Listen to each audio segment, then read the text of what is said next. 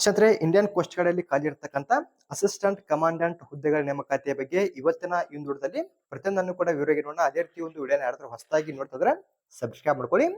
ಈ ಒಂದು Indian coast guard ಅಲ್ಲಿ ಖಾಲಿ ಇರತಕ್ಕಂತ ಒಂದು ಹುದ್ದೆಗಳಿಗೆ ಸಂಬಂಧಪಟ್ಟಂತೆ ಅರ್ಜಿ ಸಲ್ಲಿಸೋದಕ್ಕೆ ಯಾವ ರೀತಿ ಕ್ವಾಲಿಫಿಕೇಶನ್ ಆಗಿರಬೇಕು, ವಯೋಮಿತಿ, ಸೆಲೆಕ್ಷನ್ ಪ್ರೊಸೆಸ್ ಮತ್ತು ಇನ್ನಿತರ ಮಾಹಿತಿ ಬಗ್ಗೆ ನಾವು ಇಲ್ಲಿ ಪ್ರತಿಯೊಂದು ಕೂಡ ಈಗ ವಿವರವಾಗಿ ನೋಡ್ತಾ ಹೋಗೋಣ.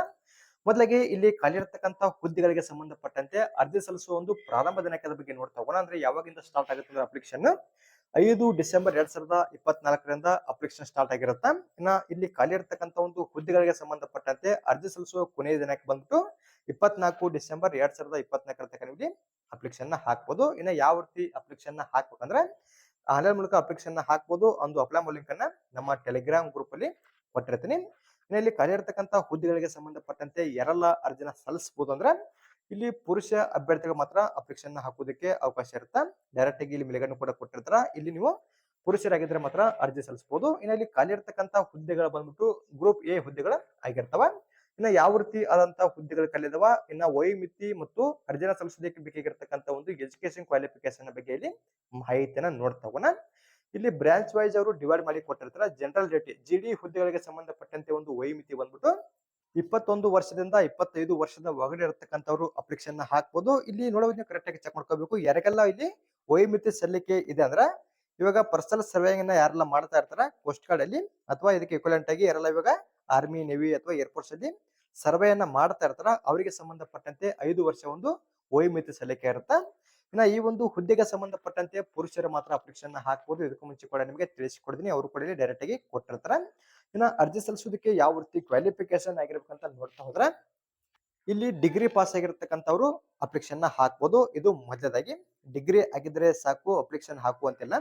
ಇಲ್ಲಿ ಮೊದಲಾಗಿ ಒಟ್ಟು ಡಿಗ್ರಿ ಪಾಸ್ ಆಗಿರ್ಬೇಕು, ಇದು ಮೊದಲಾಗಿ. ನಂತರ ಎರಡನೇದಾಗಿ ಡಿಗ್ರಿಗಿಂತ ಮುಂಚೆ ನೀವು ಇಲ್ಲಿ PUC ಅಲ್ಲಿ ಫಿಸಿಕ್ಸ್ ಮತ್ತು ಮ್ಯಾಥಮೆಟಿಕ್ಸ್ ಒಂದಿಗೆ ಪಾಸ್ ಆಗಿರ್ಬೇಕಾಗತ್ತಾ. ನೀವೇನಾದ್ರೂ PUC ಅಲ್ಲಿ ಫಿಸಿಕ್ಸ್ ಮತ್ತು ಮ್ಯಾಥಮೆಟಿಕ್ಸ್ ಒಂದಿಗೆ ಪಾಸ್ ಆಗಿ ನಿಮ್ದು ಏನಾದ್ರು ಡಿಗ್ರಿ ಆಗಿದ್ರೆ ನೀವು ಈ ಒಂದು ಹುದ್ದೆಗೆ ಸಂಬಂಧಪಟ್ಟಂತೆ ಅರ್ಜಿನ ಸಲ್ಲಿಸಬಹುದು. ಇನ್ನ ಈ ಒಂದು PUC ನಿಮ್ದು ಆಗದಲ್ಲಿ ಅಥವಾ PUC ಅಲ್ಲಿ ಮ್ಯಾಥಮೆಟಿಕ್ಸ್ ಫಿಸಿಕ್ಸ್ ತಗೊಂಡು ಪಾಸ್ ಆಗದೇ ಇದ್ದಲ್ಲಿ ಇಲ್ಲಿ ಮುಂದಗಡೆ ಮತ್ತೊಂದಿಷ್ಟು ಆಪ್ಷನ್ ಕೂಡ ಕೊಟ್ಟಿರ್ತಾರ. ಇಲ್ಲಿ ನೋಡಿ ನೀವು 10+2+3 ಸ್ಕೀಮ್ ಅಂತ ಕೊಟ್ಟಿರ್ತಾರ. ಅಂದ್ರೆ ಇಲ್ಲಿ ಕೊಟ್ಟಿರ್ತಕ್ಕಂಥ ಸ್ಕೀಮ್ ಅಲ್ಲಿ ನಿಮ್ದಂದ್ರು ಕ್ವಾಲಿಫಿಕೇಶನ್ ಆಗಿದ್ರೆ ನೀವು ಕೂಡ ಇಲ್ಲಿ ಅಪ್ಲಿಕೇಶನ್ ಹಾಕ್ಬೋದು. ಅಂದ್ರೆ ಮೊದಲಾಗಿ 10th, ನಂತರ ಇಲ್ಲಿ ಆಮೇಲೆ PUC ಬೇರೆ ಕಾಲೇಜಲ್ಲಿ ಮತ್ತೆ ಇಲ್ಲಿ ಡಿಗ್ರಿನೂ ಕೂಡ ಬೇರೆ ಕಾಲೇಜಲ್ಲಿ ಈ ಒಂದು ಪ್ಯಾಟರ್ನ್ ಅಲ್ಲಿ ನಿಮ್ದು ಕ್ವಾಲಿಫಿಕೇಶನ್ ಆಗಿದ್ರು ಕೂಡ ಅಪ್ಲಿಕೇಶನ್ ಹಾಕ್ಬೋದು. ಇನ್ನ ಇದು ಕೂಡ ಆಗದೇ ಕೆಳಗಡೆ ಮತ್ತೊಂದು ಕ್ವಾಲಿಫಿಕೇಶನ್ ಕೂಡ ಕೊಟ್ಟಿರ್ತಾರ. ಗ್ರಾಡ್ಯುಯೇಷನ್ ಆಫ್ಟರ್ ಡಿಪ್ಲೊಮಾ ಅಂತ ಕೊಟ್ಟಿರ್ತಾರ. ಇಲ್ಲಿ ನಿಮ್ದು ಏನಾದ್ರು ಗ್ರಾಡ್ಯುಯೇಷನ್ ಆದ್ಮೇಲೆ ಡಿಪ್ಲೊಮಾ ಏನಾದ್ರು ಆಗಿದ್ರೆ ನೀವು ಕೂಡ ಇಲ್ಲಿ ಅಪ್ಲಿಕೇಶನ್ ಹಾಕುವುದಕ್ಕೆ ಎಲಿಜಿಬಲ್ ಆಗಿರ್ತಾರಂತ ಅವರು ಮಾಹಿತಿಯನ್ನು ಕೂಡ ಕೊಟ್ಟಿರ್ತಾರೆ. ಇನ್ನು ಮತ್ತೊಂದು ಮಾಹಿತಿ ಮೇನ್ ಆಗಿ ಡಿಪ್ಲೊಮಾದಲ್ಲಿ ನೀವು ಫಿಸಿಕ್ಸ್ ಮತ್ತು ಮ್ಯಾಥಮೆಟಿಕ್ಸ್ ಅನ್ನ ತಗೊಂಡು ಪಾಸ್ ಆಗಿರ್ಬೇಕಾಗತ್ತ. ಈ ಒಂದು ಕ್ವಾಲಿಫಿಕೇಶನ್ ಆಗಿರ್ತಕ್ಕಂಥವ್ರು GD ಹುದ್ದೆಗಳಿಗೆ ಸಂಬಂಧಪಟ್ಟಂತೆ ಇಲ್ಲಿ ಅರ್ಜಿನ ಸಲ್ಲಿಸಬಹುದು. ಇಲ್ಲಿ ಕೊಟ್ಟಿರ್ತಕ್ಕಂಥ ಕ್ವಾಲಿಫಿಕೇಶನ್ ಬಗ್ಗೆ ಸರಿಯಾಗಿ ಚೆಕ್ ಮಾಡ್ಕೊಳ್ಳಿ. ಇನ್ನು ಟೆಕ್ನಿಕಲ್ ಅಲ್ಲಿ ನೋಡ್ತಾ ಹೋಗೋಣ. ಅಂದ್ರೆ ಮೆಕ್ಯಾನಿಕಲ್ ಅಥವಾ ಎಲೆಕ್ಟ್ರಿಕಲ್ ಅಥವಾ ಎಲೆಕ್ಟ್ರಾನಿಕ್ಸ್ ಅಂತ ಕೊಟ್ಟಿರ್ತಾರ. ಈ ಒಂದು ಟೆಕ್ನಿಕಲ್ ಅಲ್ಲಿ ಯಾರೆಲ್ಲ ಅರ್ಜಿನ ಸಲ್ಲಿಸಬಹುದು ಅಂದ್ರೆ ಮೊದಲಿಗೆ ವಯೋಮಿತಿ ಬಂದ್ಬಿಟ್ಟು 21 ವರ್ಷದಿಂದ 25 ವರ್ಷದ ಒಳಗಡೆ ಇರತಕ್ಕಂಥವ್ರ ಅಪ್ಲಿಕೇಶನ್ ಹಾಕ್ಬೋದು. ಇಲ್ಲೂ ಕೂಡ ಸೇಮ್ ಅದೇ ರೀತಿಯಾಗಿ ಇವಾಗ ಪ್ರಸ್ತುತವಾಗಿ ಯಾರೆಲ್ಲ ಕೋಸ್ಟ್ ಗಾರ್ಡ್ ಅಲ್ಲಿ ಸರ್ವೆಯನ್ನ ಮಾಡ್ತಾ ಇರ್ತಾರ ನಿಮ್ಗೆ ಮಾತ್ರ 5 ವರ್ಷ ತನಕ ಒಂದು ವಯೋಮಿತಿ ಸಲ್ಲಿಕೆ ಸಿಗುತ್ತೆ. ಇನ್ನು ಮೇಲ್ಗಡೆ ನಿಮ್ಗೆ ಏನಾದ್ರು ಬರ್ನ್ ಬುಟನ್ ಬಗ್ಗೆ ಗೊತ್ತಿಲ್ಲದಲ್ಲಿ ಇಲ್ಲಿ ಅದ್ರ ಬಗ್ಗೆ ಕೂಡ ಕೊಟ್ಟಿರ್ತಾರ. ನಿಮ್ಗೆ ಏನಾದ್ರು ಡೌಟ್ ಇದ್ರೆ ಇಲ್ಲಿ ಕೊಟ್ಟಿರ್ತಕ್ಕಂಥ ಒಂದು ಬರ್ನ್ ಬುಟನ್ ಬಗ್ಗೆ ಕೂಡ ಚೆಕ್ ಮಾಡ್ಕೊಂಡು ಎಲಿಜಿಬಲ್ ಆಗಿದ್ರೆ ನೀವು ಇಲ್ಲಿ ಅಪ್ಲಿಕೇಶನ್ ಹಾಕ್ಬೋದು. ಇನ್ನ ಈ ಒಂದು ಹುದ್ದೆಗೆ ಸಂಬಂಧಪಟ್ಟಂತೆ ಕೂಡ ಸೇಮ್ ರೀತಿಯಾಗಿ ಪುರುಷರು ಮಾತ್ರ ಇಲ್ಲಿ ಅಪ್ಲಿಕೇಶನ್ ಹಾಕ್ಬೋದು. ಇನ್ನು ಕ್ವಾಲಿಫಿಕೇಶನ್ ಯಾವ ರೀತಿ ಆಗಿರ್ಬೇಕಂತ ನೋಡ್ತಾ ಹೋದ್ರೆ ಇಲ್ಲಿ ಇಂಜಿನಿಯರಿಂಗ್ ಡಿಗ್ರಿ ಆಗಿರ್ತಕ್ಕಂಥವ್ರು ಅಪ್ಲಿಕೇಶನ್ ಹಾಕ್ಬೋದು. ಅದು ಕೂಡ ಮೇನ್ ಆಗಿ ಈ ಒಂದು ಇಂಜಿನಿಯರಿಂಗ್ ಡಿಗ್ರಿ ಅಲ್ಲಿ ನೆವೆಲ್ ಆರ್ಕಿಟೆಕ್ಚರ್ ಅಲ್ಲಿ ಕಂಪ್ಲೀಟ್ ಮಾಡಿರ್ಬೇಕಾಗತ್ತ. ಇದು ಮೊದಲಾಗಿ ಈ ಒಂದು ಕ್ವಾಲಿಫಿಕೇಶನ್ ಆಗಿರ್ತಕ್ಕಂಥವ್ರು ಅರ್ಜಿನ ಸಲ್ಲಿಸಬಹುದು. ಈ ಒಂದು ಕ್ವಾಲಿಫಿಕೇಶನ್ ಆಗದಲ್ಲಿ ಮೆಕ್ಯಾನಿಕಲ್ ಆದ್ರೂ ನಿಮ್ದು ಆಗಿರ್ಬೇಕಾಗತ್ತ.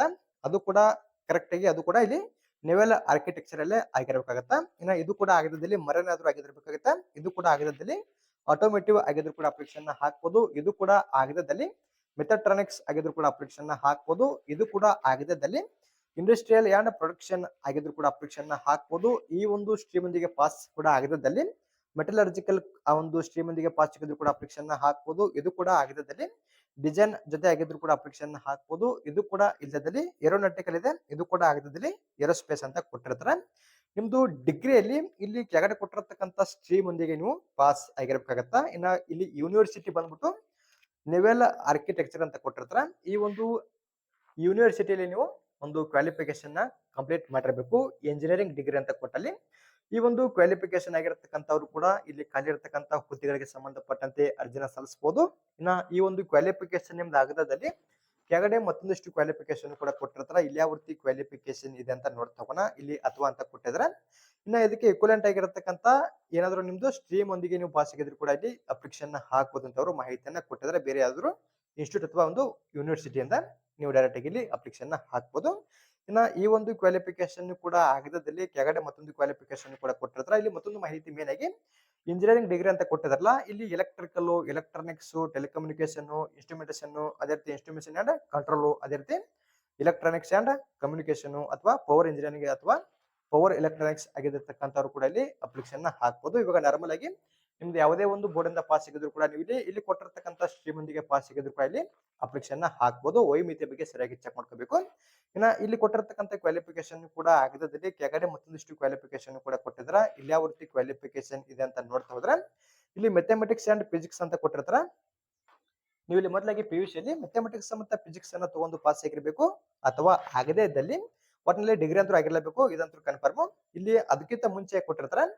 ಇನ್ನ ಈ ಒಂದು ಕ್ವಾಲಿಫಿಕೇಶನ್ ಕೂಡ ಆಗದಲ್ಲಿ ಈ ಒಂದು ಸ್ಟ್ರೀಮ್ ಒಂದಿಗೆ ಅಥವಾ ಈ ಒಂದು ಪ್ಯಾಟರ್ನ್ ಅಲ್ಲಿ ನಿಮ್ದು ಏನಾದ್ರು ಕ್ವಾಲಿಫಿಕೇಶನ್ ಆಗಿದ್ರೆ ನೀವು ಕೂಡ ಇಲ್ಲಿ ಅಪ್ಲಿಕೇಶನ್ ಹಾಕಬಹುದು ಅಂತ ಮಾಹಿತಿಯನ್ನ ಕೊಟ್ಟಿರ್ತಾರ. ಕರೆಕ್ಟ್ ಆಗಿ ಇಲ್ಲಿ ಕೊಟ್ಟಿರ್ತಕ್ಕಂಥ ಕ್ವಾಲಿಫಿಕೇಶನ್ ಚೆಕ್ ಮಾಡ್ಕೋಬೇಕು. ಇನ್ನು ಇಲ್ಲಿ ಕಂಪ್ಲೀಟೆಡ್ ಗ್ರಾಡ್ಯುಯೇಷನ್ ಆಫ್ಟರ್ ಡಿಪ್ಲೊಮಾ ಅಂತ ಕೊಟ್ಟಿದ್ರ. ನಿಮ್ದೇನಾದ್ರು ಗ್ರಾಡ್ಯುಯೇಷನ್ ಆದ್ಮೇಲೆ ಡಿಪ್ಲೊಮಾ ಆಗಿದ್ರೆ ನೀವು ಕೂಡ ಅಪ್ಲಿಕೇಶನ್ ಹಾಕಬಹುದು. ಇಲ್ಲೂ ಕೂಡ ಸೇಮ್ ರೀತಿ ಡಿಪ್ಲೊಮಾದಲ್ಲಿ ನೀವು ಫಿಸಿಕ್ಸ್ ಮತ್ತು ಮ್ಯಾಥಮೆಟಿಕ್ಸ್ ಅನ್ನ ತಗೊಂಡು ಪಾಸ್ ಆಗಿದ್ರೆ ಅಪ್ಲಿಕೇಶನ್ ಹಾಕಬಹುದು. ಇಲ್ಲಿ ಕೊಟ್ಟಿರ್ತಕ್ಕಂಥ ಕ್ವಾಲಿಫಿಕೇಶನ್ ಬಗ್ಗೆ ಸರಿಯಾಗಿ ಚೆಕ್ ಮಾಡ್ಕೊಳ್ಳಿ. ನಿಮ್ಗೆ ಏನಾದ್ರು ಒಂದು ಕ್ವಾಲಿಫಿಕೇಶನ್ ಬಗ್ಗೆ ಡೌಟ್ ಇದ್ರೆ ಕಮೆಂಟ್ ಮಾಡಿ, ಅದ್ರ ಬಗ್ಗೆ ಕೂಡ ಮತ್ತಷ್ಟು ಇವರಿಗೆ ತಿಳಿಸಿಕೊಡ್ತೀನಿ. ಸದ್ಯಕ್ಕೆ ಇಷ್ಟು ಕ್ವಾಲಿಫಿಕೇಶನ್ ಬಗ್ಗೆ ಮಾತ್ರ ಅವರು ಮಾಹಿತಿಯನ್ನ ಕೊಟ್ಟಿರ್ತಾರೆ. ಇನ್ನು ಇದಲ್ಲದಲ್ಲಿ ಸಪರೇಟ್ ಆಗಿ SC ಮತ್ತು ST ಅವರಿಗೆ ಸಂಬಂಧಪಟ್ಟಂತೆ 5 ವರ್ಷದ ತನಕ ವಯೋಮಿತಿ ಸಲ್ಲಿಕೆ ಸಿಗುತ್ತಾ. ಇನ್ನು OBC ಅವರಿಗೆ ಸಂಬಂಧಪಟ್ಟಂತೆ ಇಲ್ಲಿ 3 ವರ್ಷದ ತನಕ ಒಂದು ವಯೋಮಿತಿ ಸಲ್ಲಿಕೆಯನ್ನು ಕೂಡ ಸಿಗತಕ್ಕಂಥದ್ದು. ಇದಕ್ಕೂ ಮುಂಚೆ ಮೇಲ್ಗಡೆ ಇಲ್ಲಿ ಒಂದು ಸರ್ವೆಯನ್ನ ಮಾಡ್ತಾ ಇರತಕ್ಕಂಥವರಿಗೆ ಸಂಬಂಧಪಟ್ಟಂತೆ ಮಾತ್ರ ವಯೋಮಿತಿ ಬಗ್ಗೆ ಕೊಟ್ಟಿದ್ರು. ಇಲ್ಲಿ ಕೆಳಗಡೆ SC ST ಮತ್ತು OBC ಅವರಿಗೆ ಸಂಬಂಧಪಟ್ಟಂತೆ ಕೂಡ ಇಲ್ಲಿ ವಯೋಮಿತಿ ಸಲ್ಲಿಕೆ ಸಿಗತಕ್ಕಂಥದ್ದು. ಇನ್ನು ವೇಕೆನ್ಸಿಗಳ ಬಗ್ಗೆ ಮಾಹಿತಿನ ನೋಡ್ತಾ ಹೋಗೋಣ. ಇಲ್ಲಿ ಮೊದಲಾಗಿ GD ಹುದ್ದೆಗಳಿಗೆ ಸಂಬಂಧಪಟ್ಟಂತೆ ಟೋಟಲ್ ಆಗಿ 110 ಹುದ್ದೆಗಳು ಖಾಲಿ ಇರ್ತಾವ. ಇನ್ನು ಟೆಕ್ನಿಕಲ್ ಹುದ್ದೆಗೆ ಸಂಬಂಧಪಟ್ಟಂತೆ 30 ಹುದ್ದೆಗಳು ಖಾಲಿ ಇರ್ತಾವ. ಇಲ್ಲಿ ಟೋಟಲ್ ಆಗಿ ಖಾಲಿ ಇರತಕ್ಕಂಥ ಒಟ್ಟು ಹುದ್ದೆಗಳ ಸಂಖ್ಯೆ ಬಂದ್ಬಿಟ್ಟು 140 ಹುದ್ದೆಗಳ ಇಲ್ಲಿ ಖಾಲಿ ಇರತಕ್ಕಂಥ ಒಂದು ಒಟ್ಟು ಹುದ್ದೆಗಳ ಸಂಖ್ಯೆ ಆಗಿರುತ್ತೆ. ಇನ್ನು ಕ್ಯಾಟಗರಿ ವೈಸ್ ಖಾಲಿ ಇರತಕ್ಕಂಥ ಹುದ್ದೆಗಳ ಬಗ್ಗೆ ಮಾಹಿತಿನ ನೋಡ್ತಾ ಹೋಗೋಣ. ಇಲ್ಲಿ ಮೊದಲಾಗಿ GD ಹುದ್ದೆಗಳಿಗೆ ಸಂಬಂಧಪಟ್ಟಂತೆ SC ಯಲ್ಲಿ 13 ಹುದ್ದೆಗಳನ್ನ ಕೊಟ್ಟಿರ್ತಾರೆ. ST ಯಲ್ಲಿ 15, OBC ಯಲ್ಲಿ 38, EWC ಯಲ್ಲಿ 4, UR ಅಲ್ಲಿ ಅಂದ್ರೆ ಜನರಲ್ ಅವರಿಗೆ ಸಂಬಂಧಪಟ್ಟಂತೆ 40 ಹುದ್ದೆಗಳ ಖಾಲಿ ಇರತಕ್ಕಂಥದ್ದು. ಇದು EWC ಯಲ್ಲಿ 4 ಹುದ್ದೆಗಳನ್ನ ಕೊಟ್ಟಿರ್ತಾರೆ. ಇನ್ನು ನಂತರ ಇಲ್ಲಿ ಟೆಕ್ನಿಕಲ್ ಅಲ್ಲಿ ನೋಡ್ತಾ ಹೋದ್ರ ಇಲ್ಲಿ SC ಯಲ್ಲಿ 4, ST ಯಲ್ಲಿ 2, OBC ಯಲ್ಲಿ 9, ಇನ್ನ UR ಅಲ್ಲಿ 15 ಹುದ್ದೆಗಳನ್ನ ಕೊಟ್ಟಿರ್ತಾರೆ. ಟೋಟಲ್ ಆಗಿ ಇಲ್ಲಿ 140 ಹುದ್ದೆಗಳನ್ನ ಕೊಟ್ಟಿರತಕ್ಕಂಥದ್ದು. ನೀವು ಇಲ್ಲಿ ಯಾವೊಂದು ಹುದ್ದೆಗೆ ಸಂಬಂಧಪಟ್ಟಂತೆ ಅರ್ಜಿನ ಸಲ್ಲಿಸ್ತಾ ಇರ್ತೀರಿ, ನಿಮ್ಮ ಕ್ಯಾಟಗರಿ ಆಧಾರದ ಮೇಲೆ ಖಾಲಿ ಇರತಕ್ಕಂತ ಹುದ್ದೆಗಳ ಸಂಖ್ಯೆನ ಸರಿಯಾಗಿ ಚೆಕ್ ಮಾಡ್ಕೊಂಡು ಅರ್ಜಿನ ಸಲ್ಲಿಸಬಹುದಾಗಿರುತ್ತೆ. ಇವಾಗ ಡೈರೆಕ್ಟ್ ಆಗಿ ನಾವು ಇಲ್ಲಿ ಆಯ್ಕೆ ಯೋಜನದ ಬಗ್ಗೆ ಮಾಹಿತಿನ ನೋಡ್ತಾ ಹೋಗೋಣ. ಯಾವ ರೀತಿ ಆಯ್ಕೆಯನ್ನ ಮಾಡ್ಕೋತಾರೆ ಅಂದ್ರೆ ಟೋಟಲ್ ಆಗಿ ಇಲ್ಲಿ 5 ಹಂತಗಳಲ್ಲಿ ಆಯ್ಕೆಯನ್ನ ಮಾಡ್ಕೊಳ್ತಕ್ಕಂಥದ್ದು. ಇಲ್ಲಿ ಡೈರೆಕ್ಟ್ ಆಗಿ ಅವರು ಅದರ ಬಗ್ಗೆ ಕೂಡ ಮಾಹಿತಿಯನ್ನ ಕೊಟ್ಟಿದ್ದಾರೆ.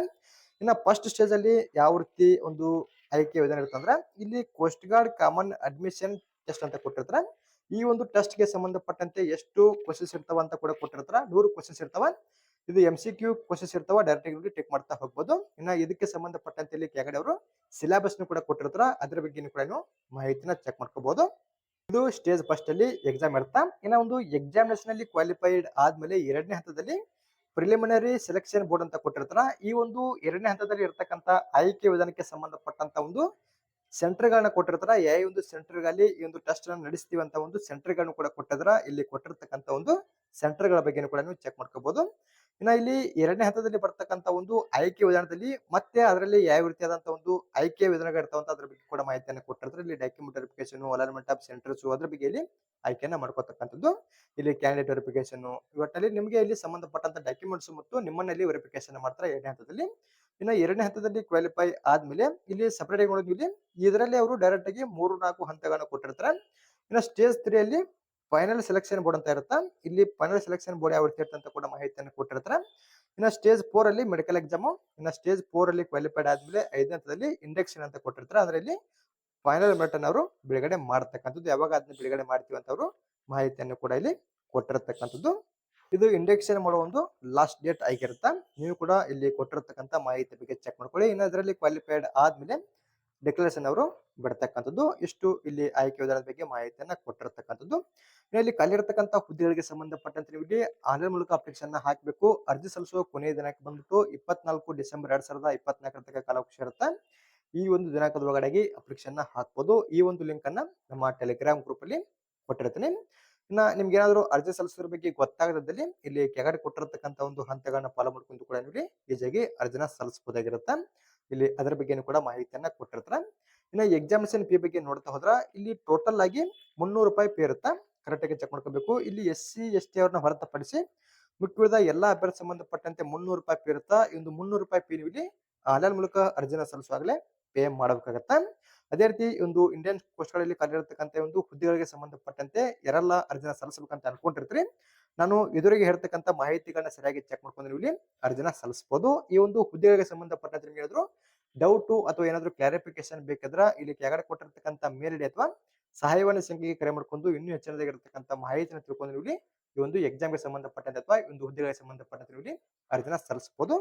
ಇಲ್ಲಿ ಆಯ್ಕೆ ವಿಧಾನಗಳ ಒಂದು ಶೆಡ್ಯೂಲ್ ಕೂಡ ಕೊಟ್ಟಿರ್ತಾರೆ. ಅಂದ್ರೆ ಯಾವಾಗ ಯಾವ ಒಂದು ಹಂತವನ್ನ ಆಯ್ಕೆಯನ್ನ ಮಾಡ್ಕೋತೀವಿ ಅಂತ ಕೂಡ ಮಾಹಿತಿಯನ್ನು ಕೊಟ್ಟಿದ್ದಾರೆ 2026ರಲ್ಲಿ.